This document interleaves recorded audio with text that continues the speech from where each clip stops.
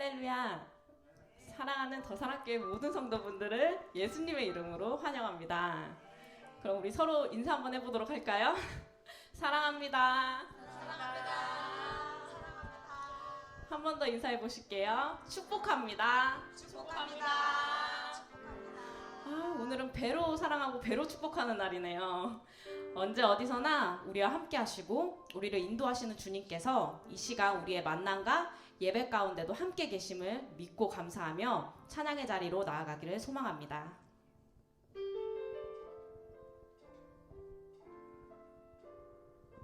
허무한 시절 지날 때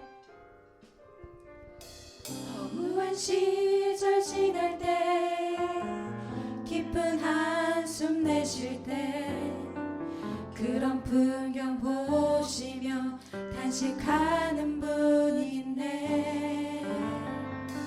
고와 같이 너희를 버려두지 않으리. 내가 너희와 영원히 함께하리라. 성령이 오셨네. 성령이 오셨네. 성령이 오셨네. 내 주에 보내신 성령이 오셨네. 우리 인생 가운데 주님 찾아오셔서 그가 꿈꾸게 하시네. 한 번 더 찬양하실게요. 허무한 시절 지날 때 허무한 시절 지날 때 깊은 한숨 내쉴 때 그런 풍경 보시며 단식하는 분인데 고와 같이 너희를 버려두지 않으리. 내가 너희와 영원히 함께하리라. 억눌린 자가 진짜 억눌린 자가 진짜 자유함이 없는 자 피난처가 되시는 성령님 계시네. 주의 영이 계신 곳에 참 자유가 있다네. 진리의 영이신 성령이 오셨네. 성령이 오셨네. 성령이 오셨네.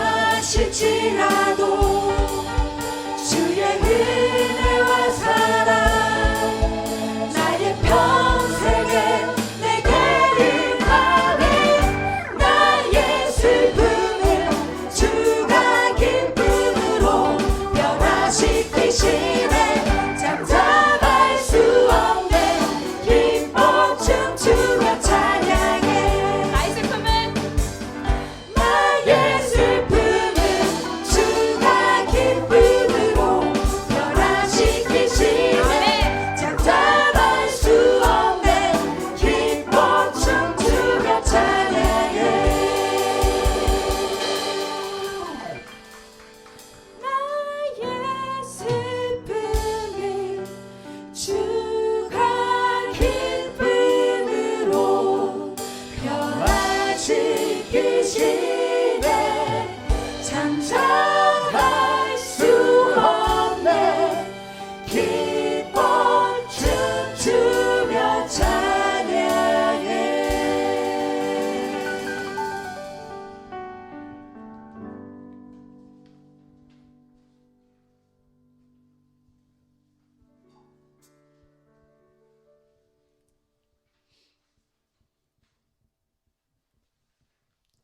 기쁘시죠? 네. 항상 기쁘고 감사하라. 그런 감사 가운데 우리가 함께 대면 예배를 드릴 수 있게 돼서 너무나도 감사드립니다. 우리 선하신 목자 함께 찬양하실게요.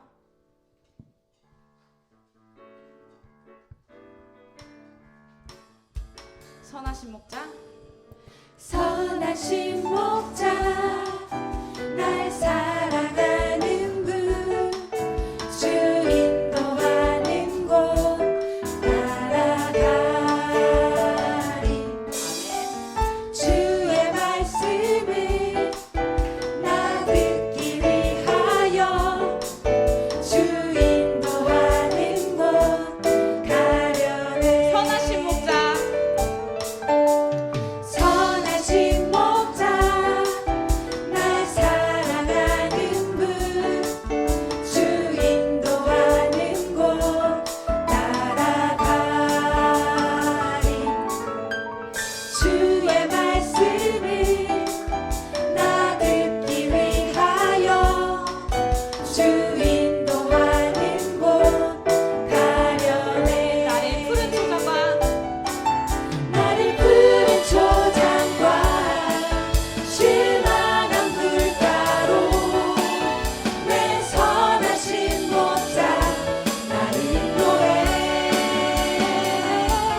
험한 산과 골짜기로 내가 다닐지라도 내 선하신 목자 나를 인도해 선하신 목자.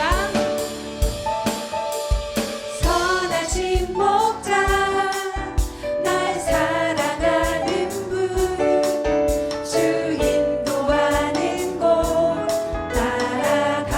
따라가리 주의 말씀을 나 듣기 위하여 주 인도하는 곳 가려네 나의 푸른 초장과 나를 푸른 초장과 실만한 물가로 내 선하신 목자 나를 인도해 험한 산과 골짜기로 내가 다닐지라도 내 선하신 목자 나를 인도해 험한 산과 골짜기로 험한 산과 골짜기로 내가 다닐지라도 내 선하신 목자 날 인도해 아멘.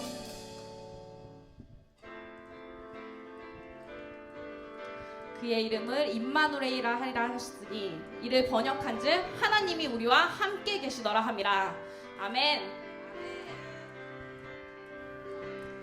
임마누엘 어린 양 우리를 구원하셨네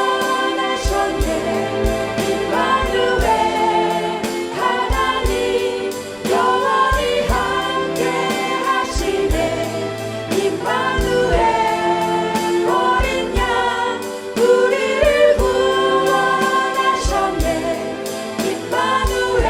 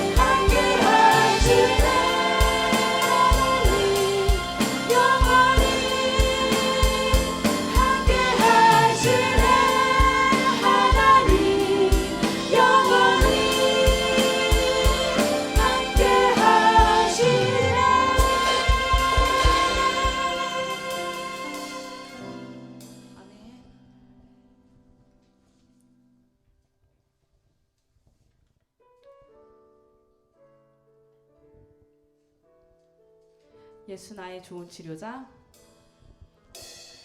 예수 나의 좋은 치료자 그의 눈이 머무는 곳은 나의 슬픔과 고통 고개 들어 그의 눈을 볼 때에 난 알았네 예수 나의 치료자 예수 나의 좋은 치료자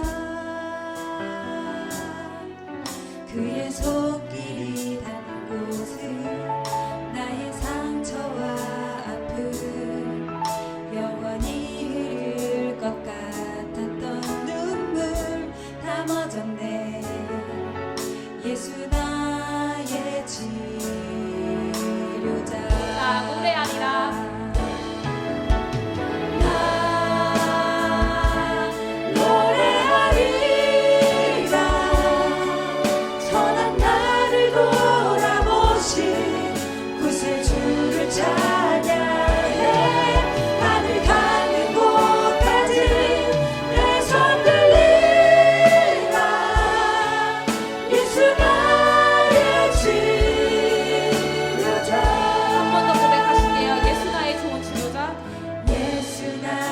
좋은 치료자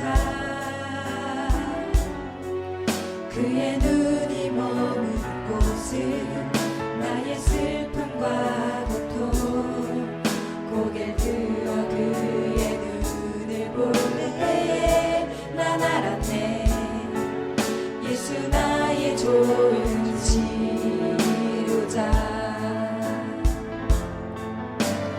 예수 나의 좋은 치료자 그의 손길이 닿는 곳은 나의 상처와 아픔 영원히 흐를 것 같았던 눈물 다 멎었네 예수 나의 치료자 좋습니다. 주님 나 노래하리라.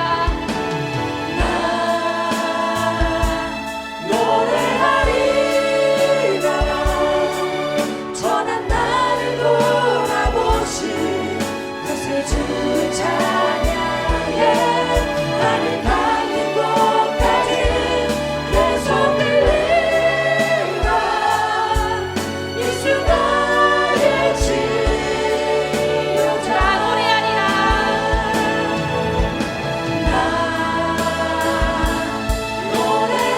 노래하리라 선한 나를 돌아보신 구세주를 찬양해 하늘 닿는 곳까지 내 손 들리라 예수 나의 예수 나의 치료자. 예수 나의 치료자 예수 우리의 치료자 되십니다. 예수 나의 치료자 우리의 연약함을 아시는 주님, 하나님 되시는 주께서 우리의 모든 것을 이해하시고 공감하시기에 얼마나 감사한지 모릅니다. 그렇게 우리를 사랑하시는 주님이시기에 그런 주님을 힘입어 우리가 오늘도 믿음의 한 발을 내딛겠습니다. 오늘 예배 가운데 우리의 영의 눈을 열어주시고 우리에게 말씀하여 주시옵소서. 우리 예배를 위해 함께 기도하시겠습니다. 사랑이 많으신 하나님 아버지 감사드립니다. 하나님 아버지 주님의 그 크신 사랑으로 하나님 아버지 우리의 어려움을 덮으시고 아버지 또 우리의 연약함을 덮으시고 아버지 주님 앞에 나올 수 있게 주님 인도하신 아버지 긍휼하신 아버지 성실하신 주님 너무나도 감사를 드립니다. 하나님 아버지 또 하나님이 우리 하나님이라고 고백할 수 있는 주님 너무나도 감사드립니다. 하나님 아버지 우리의 삶이 하나님의 높여줄 수 없고 아버지 하고 나아갈 수 없지만 주님께 이끌어 주실 때까지 주님의 오신 분이실 때까지 나아갈 수 있게 하시며 주님 너무나도 감사드립니다. 하나님 아버지 이 시간 우리의 모든 것을 내려놓습니다. 우리 마음 가운데 아버지 세상의 것을 대하여 하시옵소서.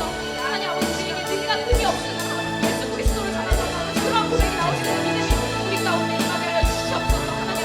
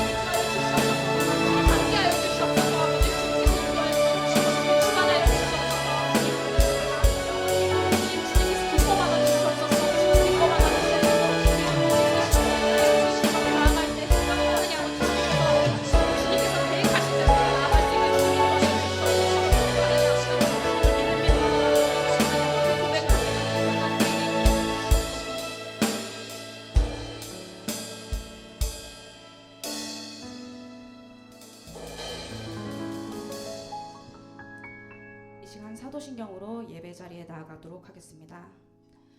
나는 전능하신 아버지 하나님 천지의 창조주를 믿습니다. 나는 그의 유일하신 아들 우리 주 예수 그리스도를 믿습니다. 그는 성령으로 잉태되어 동정녀 마리아에게서 나시고 본디오 빌라도에게 고난을 받아 십자가에 못 박혀 죽으시고 장사된 지 사흘 만에 죽은 자 가운데서 다시 살아나셨으며 하늘에 오르시어 전능하신 아버지 하나님 우편에 앉아 계시다가 거기로부터 살아있는 자와 죽은 자를 심판하러 오십니다. 나는 성령을 믿으며 거룩한 공교회와 성도의 교제와 죄를 용서받는 것과 몸의 부활과 영생을 믿습니다. 아멘. 찬송가 91장 함께 찬양하시겠습니다. 찬송가 91장 함께 찬양하시겠습니다. 슬픈 마음 있는 사람 예수 이름 믿으며 영원토록 변함없는 기쁜 마음 얻으리. 예수의 이름은 세상의 소망이요 예수의 이름은 천국의 기쁨일세. 거룩하신 주의 이름 거룩하신 주의 이름 너의 방패 삼으라. 환난 시험 당할 때에 주께 기도 드려라. 예수의 이름은 세상의 소망이요 예수의 이름은 천국의 기쁨일세. 존귀하신 주의 존귀하신 주의 이름 우리 기쁨되도다. 주의 품에 안길 때에 기뻐 찬송 부르리. 예수의 이름은 세상의 소망이요 예수의 이름은 천국의 기쁨일세.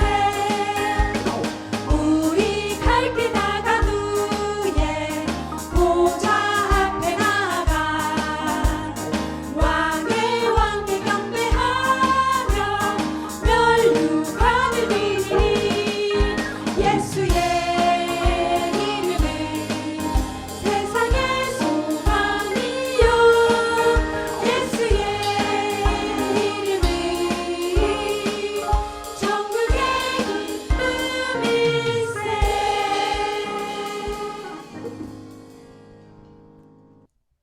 다 같이 거룩하신 하나님 앞에 기도드리시겠습니다. 전능하시고 거룩하시고 영화로우신 주님, 오늘 복된 주일을 맞이해서 하나님 앞에 기도드릴 수 있는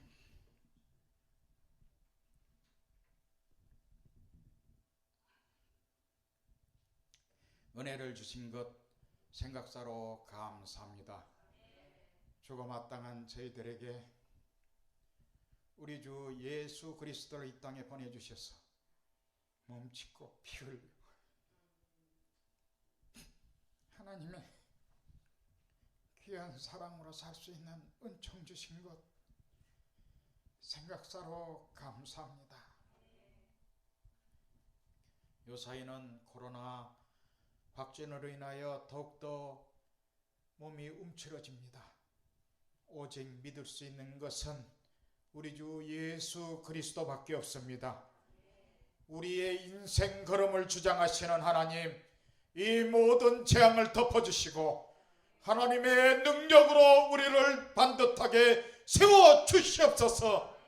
복된 사랑의 꿈을 이뤄가기에 부족함이 없도록 도와주시옵소서. 이 나라의 민족들을 사랑합니다. 이 어려운 상황 속에 우리 하나님만이 빛이 되시고 능력이 되시는 줄 믿습니다. 어려운 모든 것들을 회복시켜 주시고 하늘 능력으로 온전케 하여 주시옵소서. 경제가 무너지고 사회가 어수선하고 정치가 혼돈스럽고 외교가 어디로 가 있는지도 모릅니다. 하나님, 이 나라를 도와주셔서 이 모든 것이 회복되게 도와주시옵소서. 이제 우리 더사랑 교회를 사랑하여 주셔서 하나님, 이와 같은 예배를 드릴 수 있도록 도와주시고 은총을 베푸시니 감사합니다. 이제 성전터도 마련했습니다. 하나님, 채워주실 능력이 있으신 분도 우리 주님이시고 모든 길을 예비하신 분도 우리 주님인 줄 믿습니다. 부족한 모든 것 위에 하나님이 함께하여 주셔서 우리의 사랑하는 더사랑 성도들을 위하여 예비하신 곳에 하나님의 기쁨이 가득 차도록 도와주시고 꿈으로 그 사랑의 문을 열 수 있도록 도와주시고 은총으로 함께하여 주시옵소서. 특별히 이 사랑의 성을 쌓는 주역이 되는 우리 더사랑 성도들을 한 분 한 분을 하나님께서 전가하여 주셨사오니 하나님께서 능력을 부어주시고 하나님의 귀한 사랑으로 덮어주시고 성령의 충만한 은혜를 허락하여 주셔서 하늘 소망을 이루는 거룩한 역사가 넘쳐나게 도와주시옵소서. 무엇보다 앞서 이 일을 헤쳐나가는 우리 곽동신 장로님에게 하나님이여 능력과 지혜를 주시고 하나님의 소망과 위로가 넘쳐나게 도와주시옵소서. 특별히 함께 동역하시는 김재갑 장로님에게도 하나님 은총과 사랑을 베풀어 주시고 귀한 일을 해나갈 때 하나님께서 지혜 주시고 하나님의 능력과 소망이 넘치도록 도와주시옵소서. 이 밖에 황희찬 집사님이며 우영우 집사님이며 하나님 이 교회를 위해 헌신하는 모든 분들에게 하나님의 복을 베풀어 주셔서 하늘 소망을 이루는 꿈의 역사가 이 더사랑교회에서 나타나고 증거되게 도와주시옵소서. 오늘도 귀한 말씀을 태어나시는 우리 장태정 목사님 성령의 두루마기를 입혀주시고 권능의 두루마기를 입혀주셔서 대언되는 말씀으로 하늘 소망을 이루는 거룩한 꿈의 역사가 있게 해주시고 모든 문제마다 하나님께서 해결해주는 귀한 은혜가 있게 하여 주옵소서. 오늘 듣는 말씀 중에 병이 낫고 모든 소원하는 것들이 이루어지게 도와주시옵소서. 오늘도 예배를 위해 애쓴 손길들을 기억하여 주시옵소서. 하나님께서 애쓴 손길들에게 모든 복을 주실 것을 믿습니다. 이 모든 말씀을 우리 주 예수 그리스도의 이름으로 기도드리옵나이다.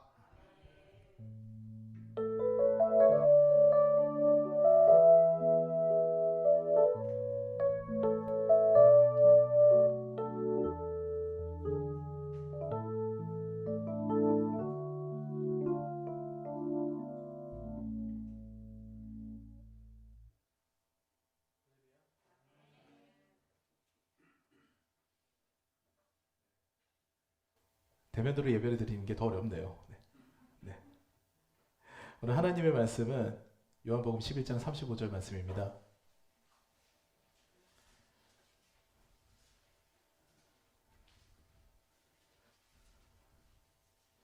요한복음 11장 35절 말씀입니다.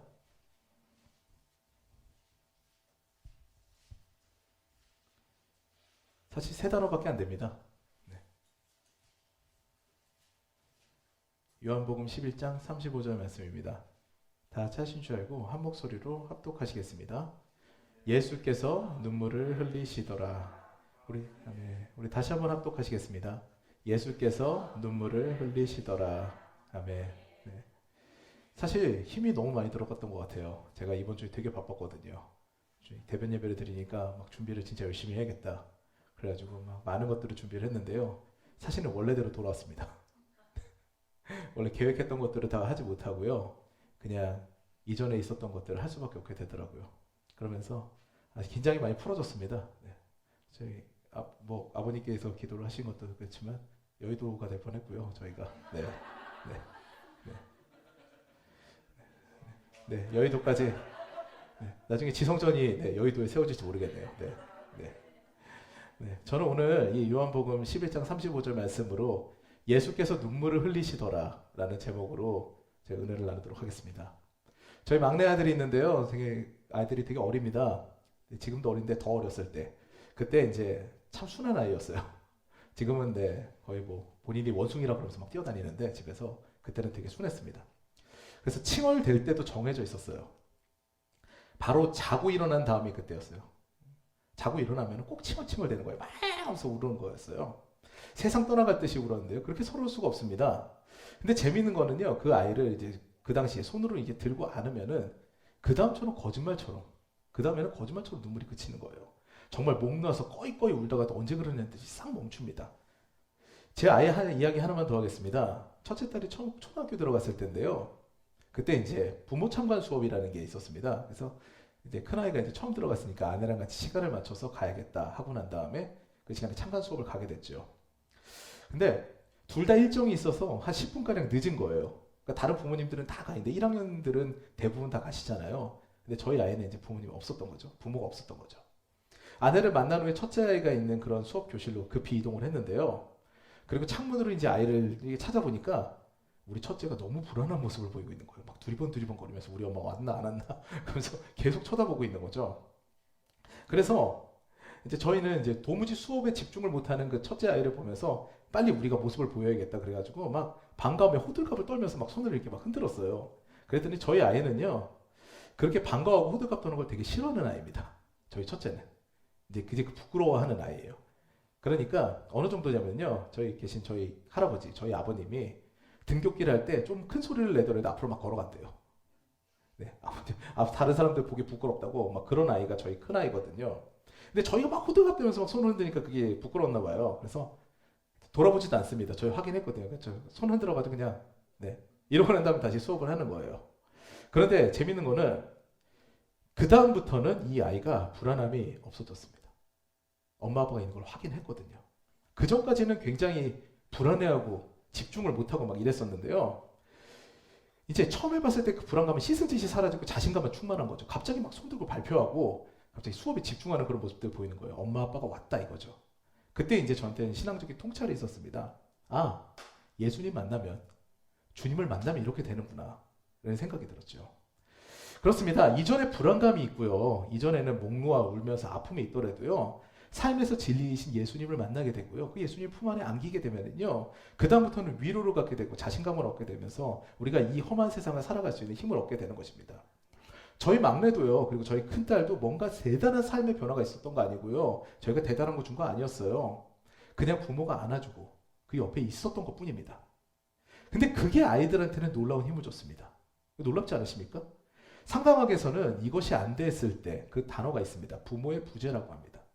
근데 아이가 좀 불안감이 있고 문제 성향이 보이게 되잖아요. 그러면 그 아이는 부모의 부재를 겪는 경우가 너무 많다는 거예요. 그런 경우가 있을 경우가 되게 많다는 얘기입니다. 아이에게 부모는 우주와 같습니다. 믿으십니까? 네, 아이에게 부모는 우주와 같습니다.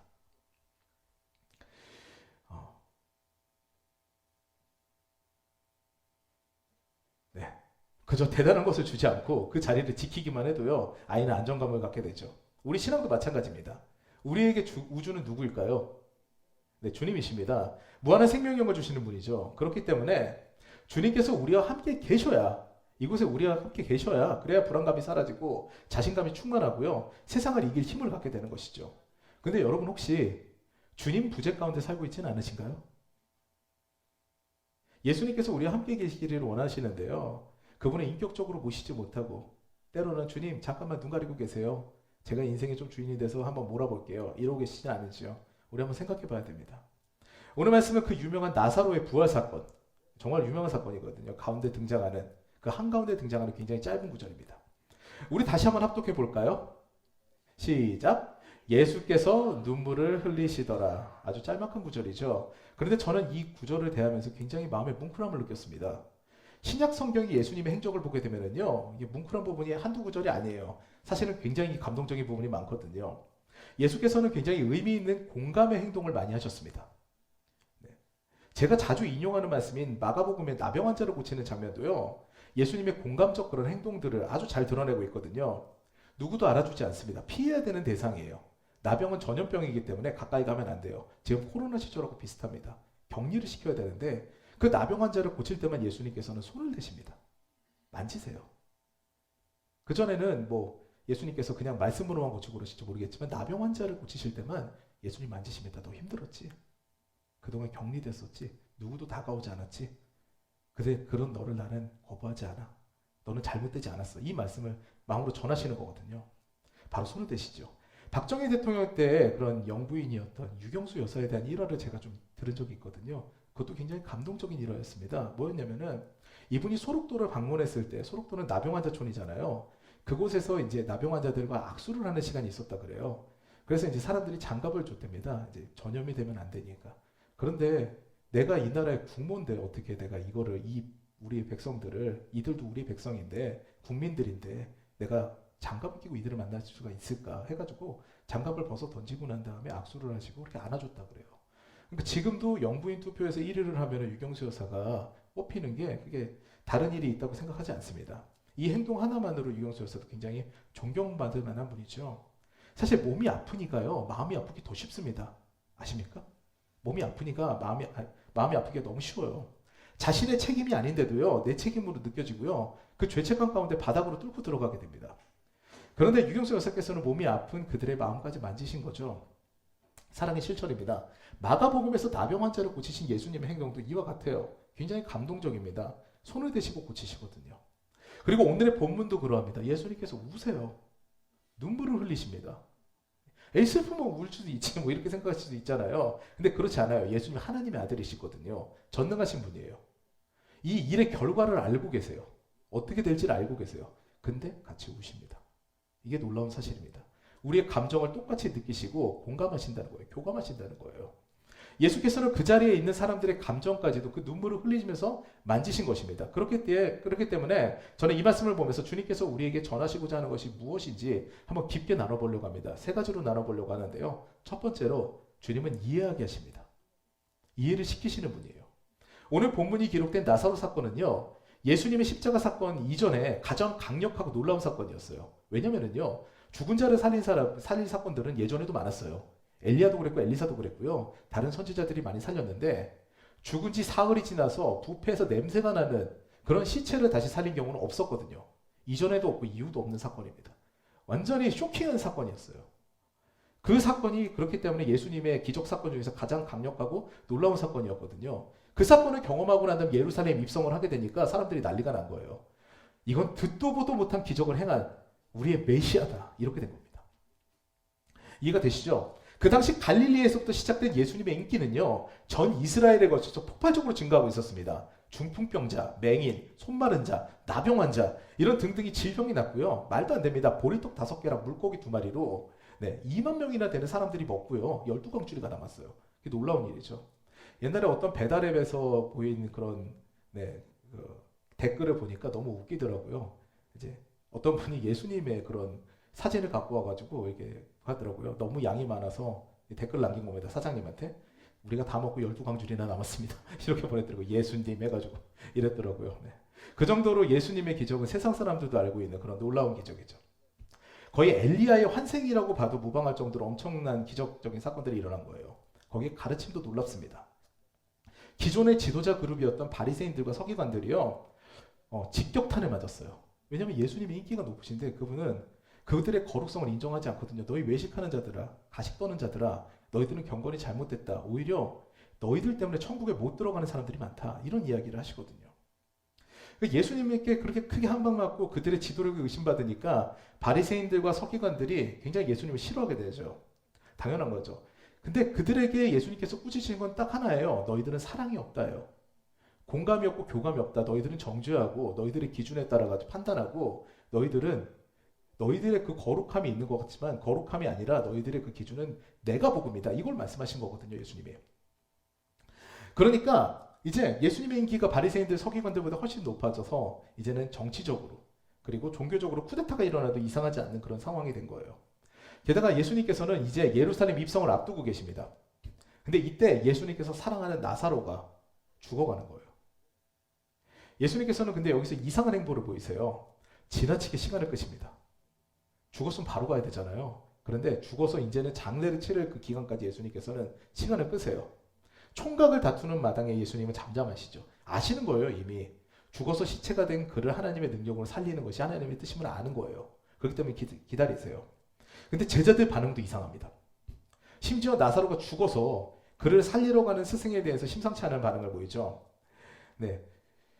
오늘 본문에 있는 7절 말씀부터 10절 말씀까지 제가 읽겠습니다. 그 후에 제자들에게 이르시되 유대로 다시 가자 하시니 제자들이 말하되 라삐여 방금도 유대인들이 돌로 치려 하였는데 또 그리로 가시려 하나이까 예수께서 대답하시되 낮이 12시간이 아니냐 사람이 낮에 다니면 이 세상의 빛을 봄으로 실족하지 아니하고 밤에 다니면 빛이 그 사람 안에 없는 거로 실족하느니라. 아멘. 예수님께서는 지금은 안전한 시간이다. 하나님께서 지키시는 시간이다라는 말씀을 하세요.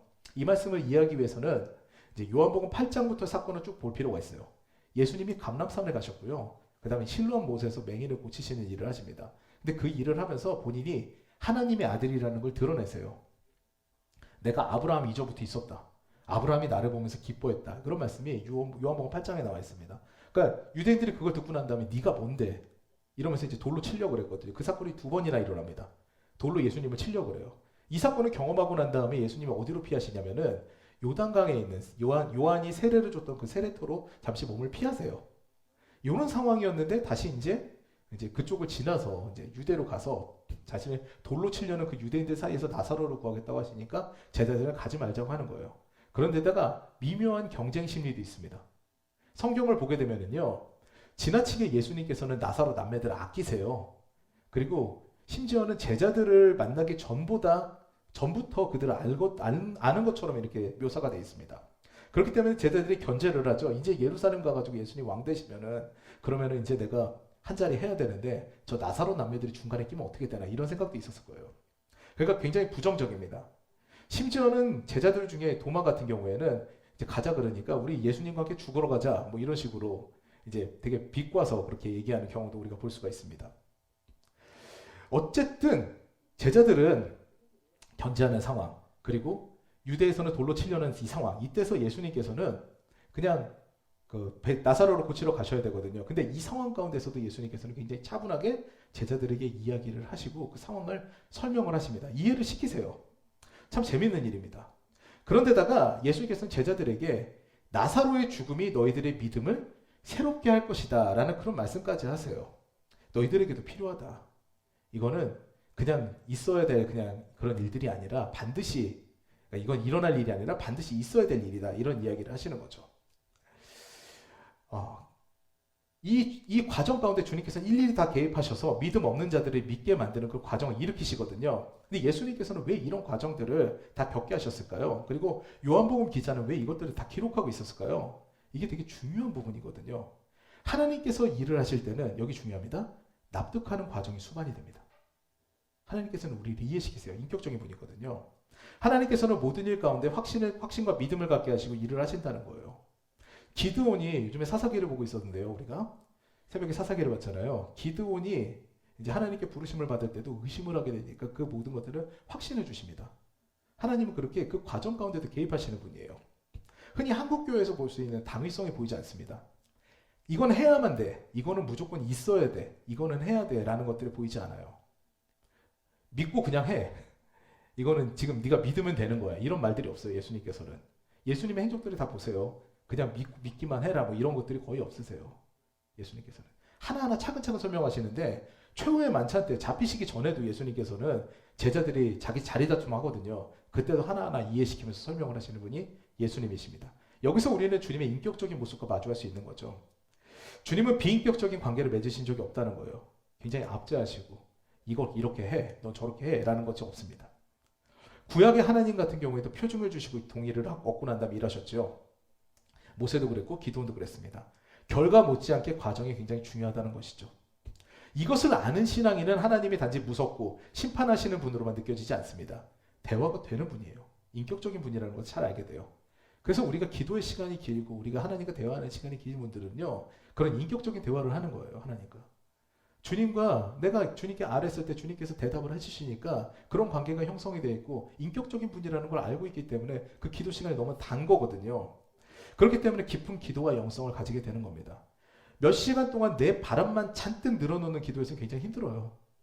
들어주시지도 않은 것 같고 내 말만 얘기하는 것 같으니까 굉장히 힘들죠. 근데 하나님께서는 그 기도를 통해서 우리와 대화하기를 원하시는 분이고요. 그분의 뜻을 알기를 원하시는 분입니다. 그것을 기억하신 여러분 되시기를 주님의 이름으로 부탁드립니다. 그리고 오늘 본문에서는 또 제자들과 마찬가지로 나사로의 두 자매도 믿음이 없습니다. 자신들의 바람만 가득해요. 예수님께서 베다니에 당도하셨을 때요. 마르다를 먼저 만나시는데요. 그녀는 예수님께 원망합니다. 좀 일찍 오시지. 오빠가 죽었는데. 이런 이야기를 해요. 예수님께서는 하나님께 구하면 하나님께서 모든 것을 주실 거다라는 이런 말씀하시거든요. 21절부터 24절까지 말씀 보면요.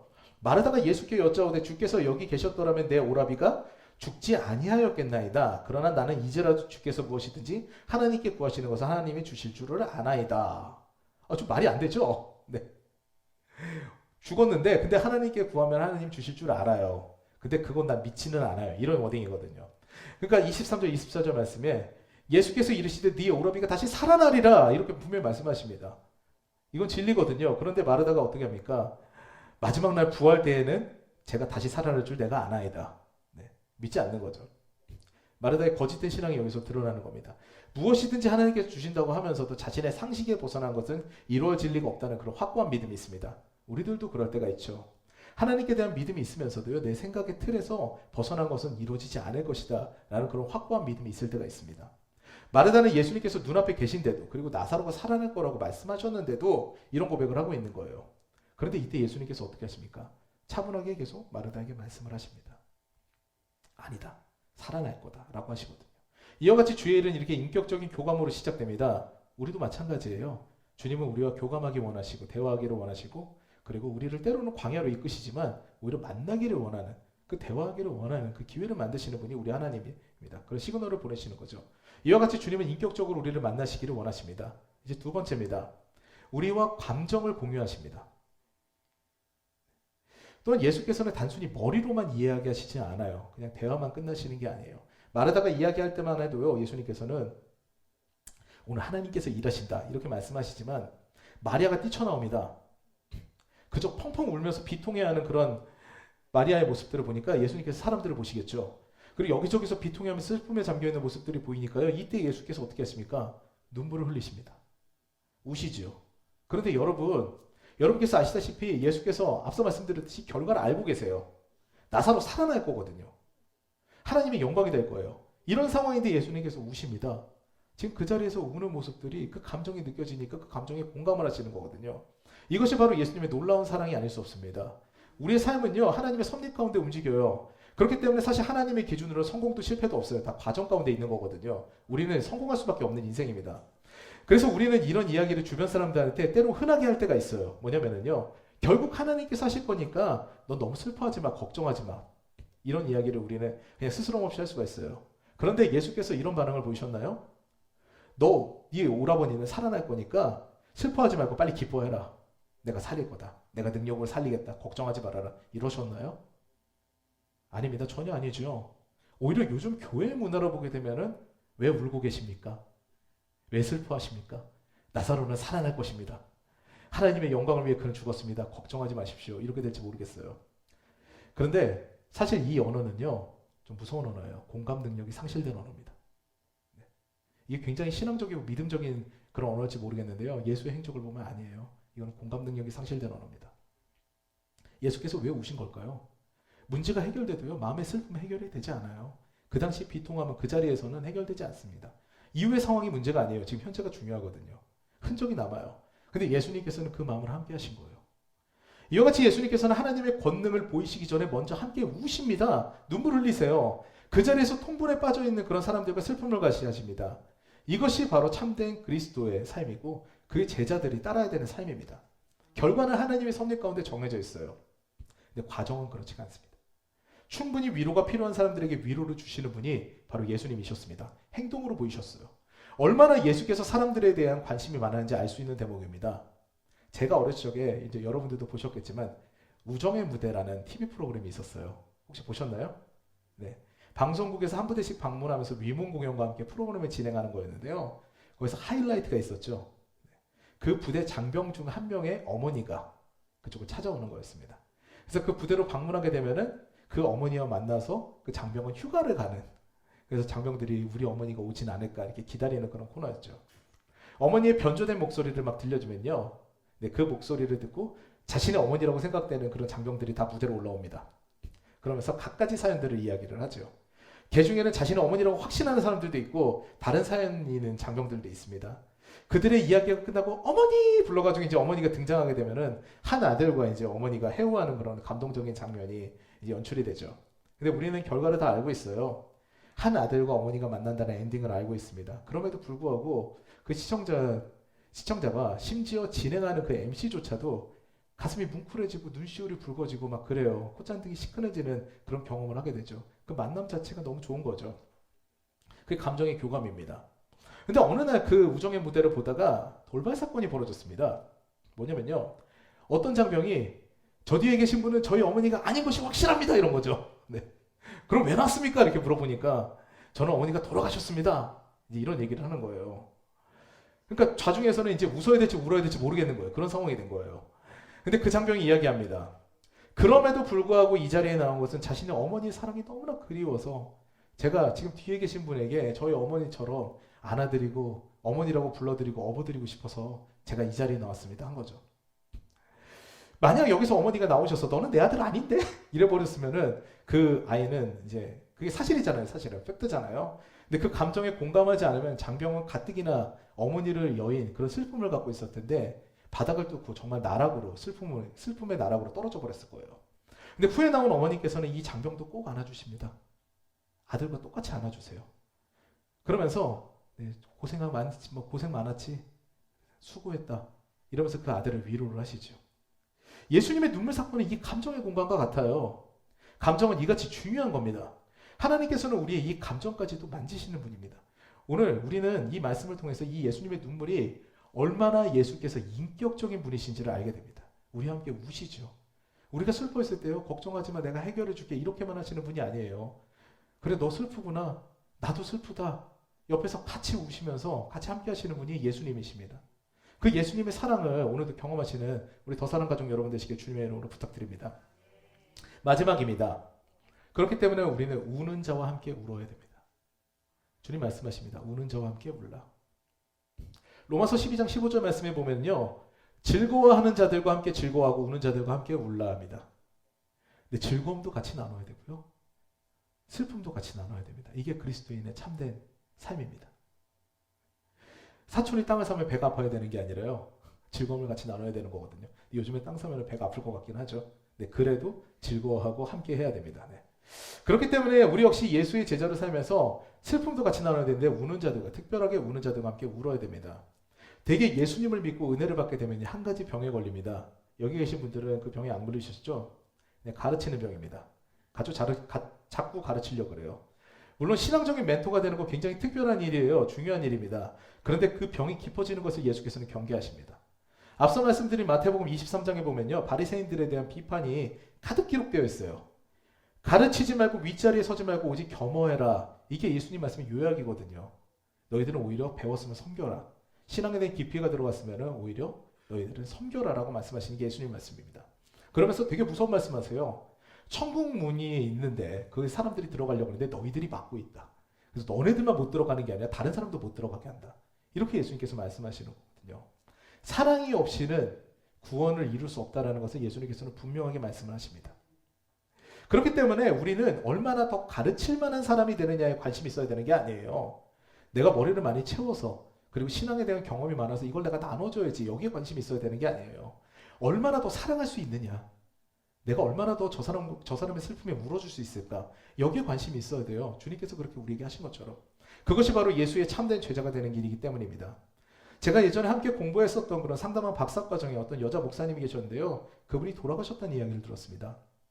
그러면서 친한 목사님과 함께 그곳을 방문했는데 어떻게 조문을 해야 될지 모르겠는 거예요. 무슨 말씀을 나눠야 될지 모르겠습니다. 왜냐하면 그분이 스스로 목숨을 끊으셨거든요. 그런 장례식은 제가 처음 가봤거든요. 어떻게 말씀을 나눠야 될지 모르겠는 거예요. 가는 내내 고민했어요. 근데 저와 동행한 목사님께서는 저와 고민이 전혀 달랐습니다. 조문이 끝나고 난 다음에 유족들과 인사를 하는데 이분들이 일면식도 없는 분들이에요. 처음 봤거든요. 그러니까 저는 이게 주저주저했거든요. 무슨 말을 어떻게 해야 되나. 스스로 가셨는데 정말 마음의 슬픔과 그 황망함이 장난이 아닐 텐데 이걸 어떻게 해야 되나 막 고민하고 있었는데 갑자기 일면식도 없는 분인데 그 저 동행한 목사님이 갑자기 그 돌아가신 목사님의 그 남동생을 갑자기 끌어안고 부둥켜갖고 우는 거예요. 그냥 엉엉 우는 겁니다. 그러니까 그 남동생도 처음에 가만히 있다가 이제 막 눈물을 흘리기 시작하죠. 그래서 나중에는 목 놓아 울었습니다. 저 역시도 막 눈시울이 붉어졌고요. 갑자기 다들 우는 상황이 됐어요. 근데 재밌는 거는요. 울고 나니까요. 그 다음부터 이야기가 됩니다. 차분해져요. 그 눈물이 슬픔을 함께 나눈 것이요. 거기 있는 사람들 다 살린 거예요. 그 유족들이 그 전까지는 다 이러고 있었거든요. 근데 이제 저희 테이블로 와서 음식도 먹고 그리고 차도 한 잔씩 하면서 그러면서 이제 이야기를 나누기 시작합니다. 말이 필요가 없더라고요. 스스로 가셨느니 자살했느니 뭐 이런 이야기 쓸데없었습니다. 그 자리는 그저 숙연했고요. 남은 이들을 위로했고요. 다 함께 슬픔을 나누는 자리였습니다. 예수님의 눈물 역시 이런 인격적인 과정의 결과죠. 사랑하는 여러분, 예수께서는 결과를 가지고만 이야기하지 않으셨어요. 소돔과 고모라를 멸망시킬 때도요. 하나님께서는요. 죄가 있는지 없는지 내가 보러 가더라. 말도 안 되는 얘기잖아요. 하나님 다 아시잖아요. 걔네들이 어떤 죄악을 저질러서 정말 죽을 수밖에 없는 운명으로 가고 있는 거 알고 계신데도 주님 직접 가십니다. 보세요. 주님께서 끝까지 기회를 주시는 거예요. 이게 하나님이십니다. 심지어 롯 같은 경우에는 아브라함이 신경 쓰거든요. 그러니까 끌고 나오세요. 지체하니까. 안 돼. 너 여기 있으면 죽어. 나가야 돼. 라고 하시는 분이 하나님이세요. 그리고 이 하나님의 사랑에 대한 증거자로 우리를 삼으신 겁니다. 믿으십니까? 우리가 전파하고 선포해야 되는 건 바로 이런 하나님의 사랑이에요. 경건에 대한 가르침보다 훨씬 더 위대하고 가치 있는 것이죠. 이제 주님의 사랑을 경험하고요. 그 사랑을 나누는 귀한 저와 더 사랑 가족 여러분 되시기를 주님의 이름으로 축원합니다. 네, 오늘 찬양을 준비한 찬양이 원래 있었는데요. 이 찬양을 그냥 나눴으면 좋겠다는 생각이 있어서 바꿨습니다.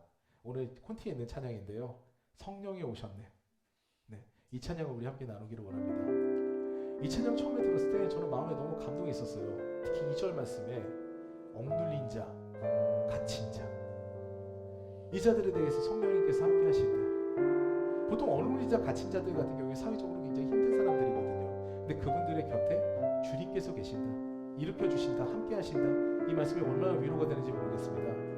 이 시간에 우리 이 찬양 들으시고요. 그리고 이어서 우리가 기도하는 시간 갖도록 하겠습니다. 허무한 시절 지날 때, 허무한 시절 지날 때, 깊은 한숨 내쉴 때, 그런 풍경 보시며 단식하는 분이 있네. 고와 같이 너희를 버려두지 않으리. 내가 너희와 영원히 함께하리라. 고백합니다. 성령이 오셨네. 성령이 오셨네. 성령이 오셨네. 내 주에 보내신 성령이 오셨네. 우리 인생 가운데 진이 찾아오셔서 그 나쁜 꾸게 하시네. 억눌린 자가 진짜, 억눌린 자가 진짜, 자유함이 없는 자, 피난처가 되시는 성령님 계시네. 주의 영이 계신 곳에 참 자유가 있다네. 진리의 영이신 성령이 오셨네. 고백합니다. 성령이 오셨네. 성령이 오셨네. 성령이 오셨네. 내 주에 보내신 성령이 오셨네. 우리 인생 가운데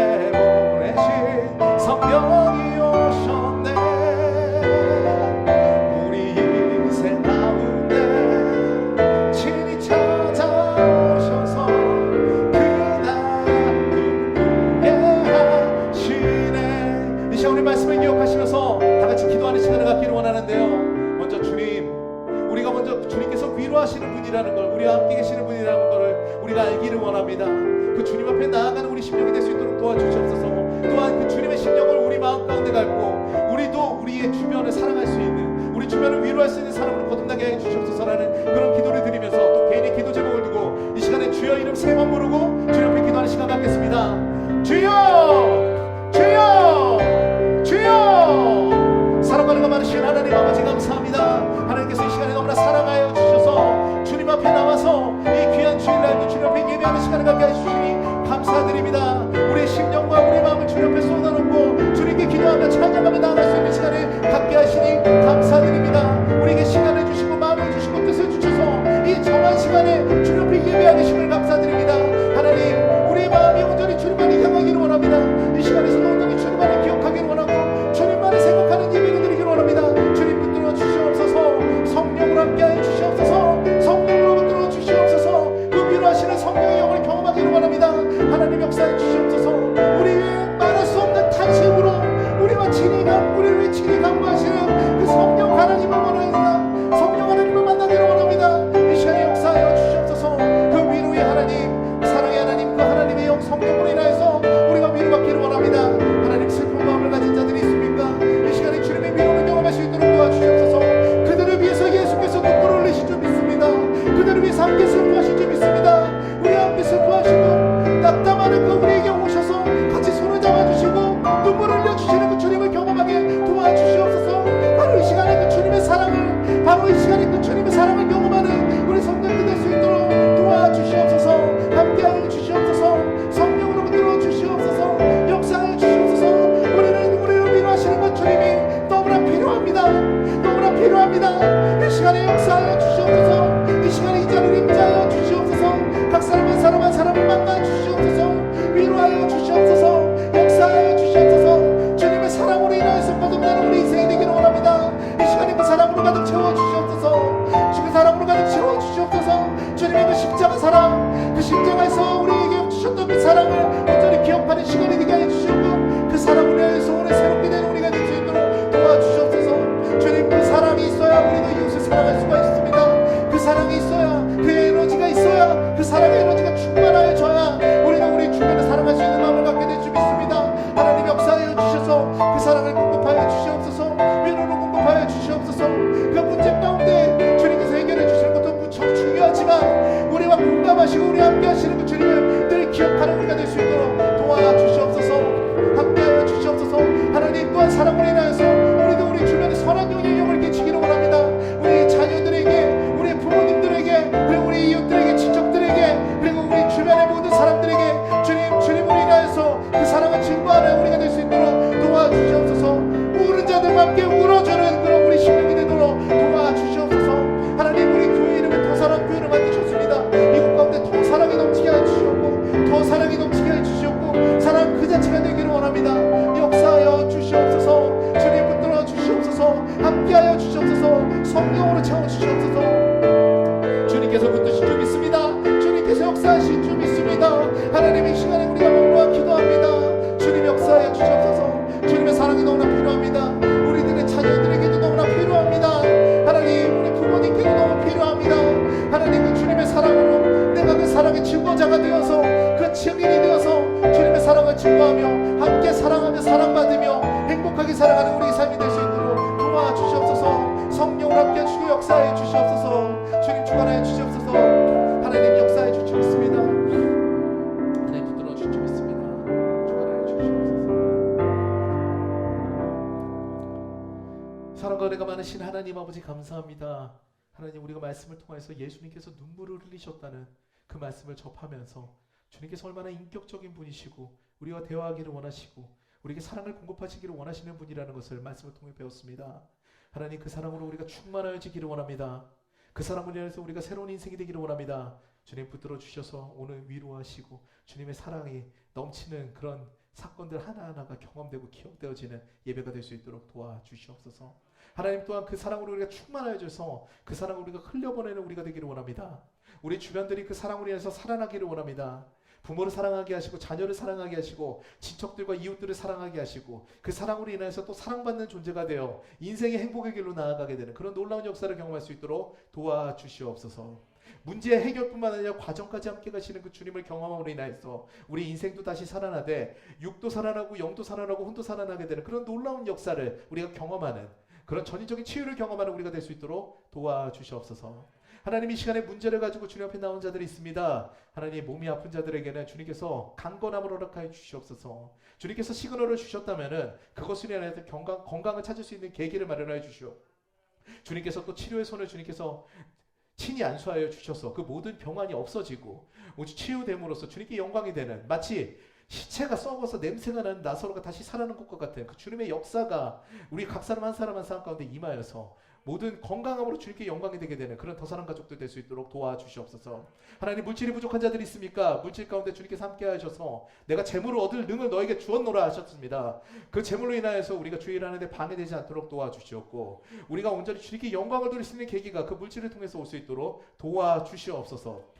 관계 가운데 문제가 있다면 그 관계를 회복할 수 있는 그 열쇠를 주님께서 허락하여 주시옵소서. 그래서 그 기회가 왔을 때 그 기회를 잡게 하여 주시옵고 그 기회를 통하여서 관계 가운데 회복을 통하여서 나도 살고 남도 살게 되는 그런 역사를 경험할 수 있도록 도와주시옵소서. 그 외의 모든 사업과 그리고 직장과 가정과 그리고 그 외 범사 가운데 주님께서 개입하셔서 함께 하셔서 주님께서 붙들어 주셔서 그 일들이 모두 주님이 원하시는 방향으로 해결되는 그런 놀라운 역사를 경험하는 우리 더 사랑 가족 교회 여러분 될 수 있도록 도와주시옵소서. 주님께서 모든 걸 주관하여 주시고 역사해 주시고 주님께서 붙들어 주시고 믿사오며 우리 구주 예수 그리스도 이름으로 기도드리옵나이다. 아멘. 이제 우리 기쁨과 감사한 마음으로 찬송가 50장 1절 찬양하시면서 주님께 준비한 예물을 드리도록 하겠습니다.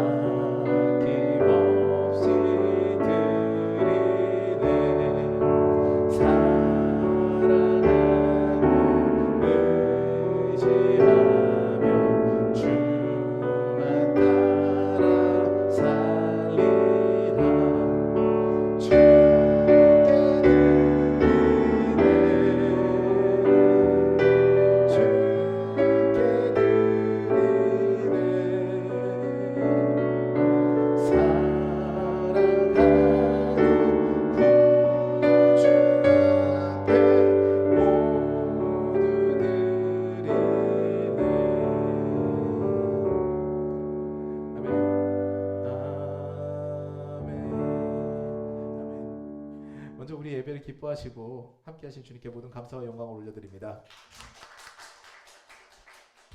네, 두 가지 광고사항 드리겠는데요. 먼저 헌금에 대한 부분은요. 오늘 이번 주까지는 온라인 해주시고요. 다음 주부터는 봉헌에 대한 순서를 정해서요. 봉헌하는 시간을 갖도록 하겠습니다. 그리고 저희 교회 같은 경우에는 온라인 헌금이 편하신 분들은 온라인 헌금 작성서를 저희가 드릴게요. 그래서 온라인 헌금을 하시게 되면은 거기다가 적어주시면 나중에 헌금 우리가 기입을 할 때 편할 수 있도록 그렇게만 해주시면 될 것 같습니다. 그리고 두 가지 광고사항이 더 있는데요. 성전 자리가 계약이 됐습니다. 지난 목요일날 계약이 됐고요. 오늘 예배 때 이제 지난 예배 때라고 해야 되겠군요. 지난 예배 때 광고 보시면 아시겠지만 주소가 나와 있습니다. 부인터 사거리에서 이쪽에서 어터널을 넘어가서 어곡을 넘어가서 부인터 사거리에서 좌회전하시면은 그쪽에 얼마 가지 않아서 바로 오른쪽에 있는 건물입니다. 되게 예쁘게 잘 지어진 건물이고요. 안은 지금 굉장히 미드바르 같습니다. 광야 같아요. 네. 그래서 아무것도 없습니다. 풀 한 폭이 없어요. 네. 그래서 그쪽을 이제 정리를 해야 되는데 오히려 아름답게 그 공간이 그리고 조속하게 진행이 되도록 그렇게 기도 부탁드리고요. 이제 제가 이제 부탁드릴 거는요. 이제 인테리어 하실 분들에게 말씀드릴 텐데 분당보다는 교육관을 먼저 좀 해주셨으면 좋겠다라는 말씀을 드리려고 그래요. 그래서 그쪽이 먼저 되면은요 예배부터 그쪽에서 바로 드릴 수 있도록 그래서 대면 예배를 그쪽에서 진행했으면 좋겠다라는 생각이 있어서 그렇게 하고요. 네. 그리고 특별 새벽 예배 를 비롯한 그런 새벽 예배들을 이제 원래 그쪽에서 드리고 싶었거든요. 그런데 이제 아직 그때까지는 안 될 것 같으니까 만들어지는 대로 새벽 예배는 대면에서 드릴 수 있도록 하겠습니다. 안타까운 점은요, 이제 겨울이 돼서 이제 추워지게 되면은, 눈이 오게 되면은 그쪽이 좀 제한이 될 것 같아요. 새벽 예배 드릴 때는. 그 외에는 대면으로 새벽 예배를 드리려고 합니다. 그리고 이제 우리가 입당을 이제 눈앞에 두게 되면서 이제 구역 조직에 대한 개편을 하려고 하는데요. 리더즈 학교를 진행하려고 합니다. 리더즈 학교는 일단은 교육은 한 주 진행될 거고요. 하루입니다. 하루.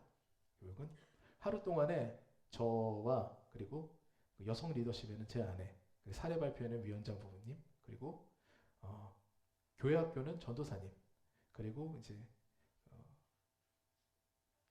어르신들 사역과 이제 그런 대반 다른 사역 부분에서 제가 이승원 목사님께 부탁을 드리려고 해요.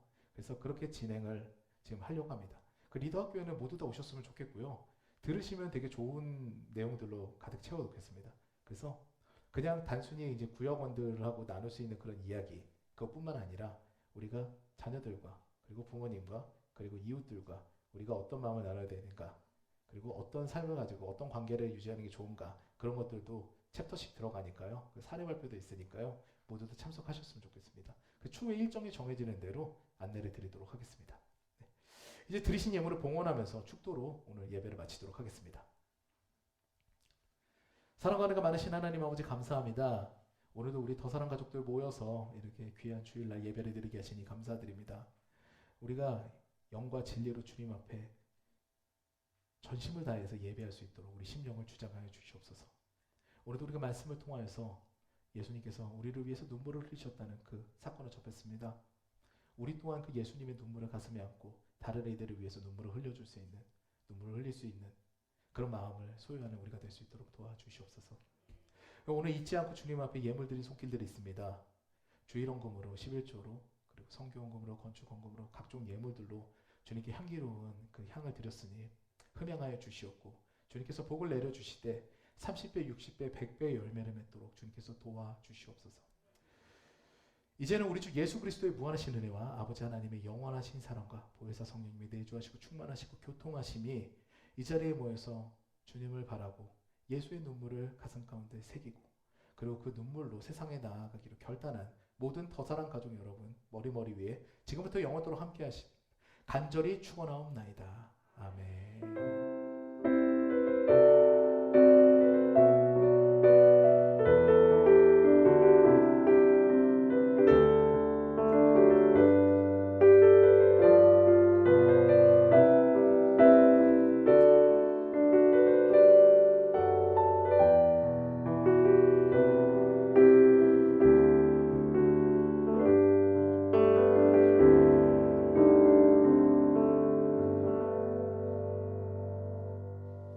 우리 하나님께 영광과 감사의 박수 올려드립니다. 전후좌우 세 사람 이상에게 주님의 이름으로 사랑합니다. 인사하겠습니다. 네, 주님을 사랑합니다.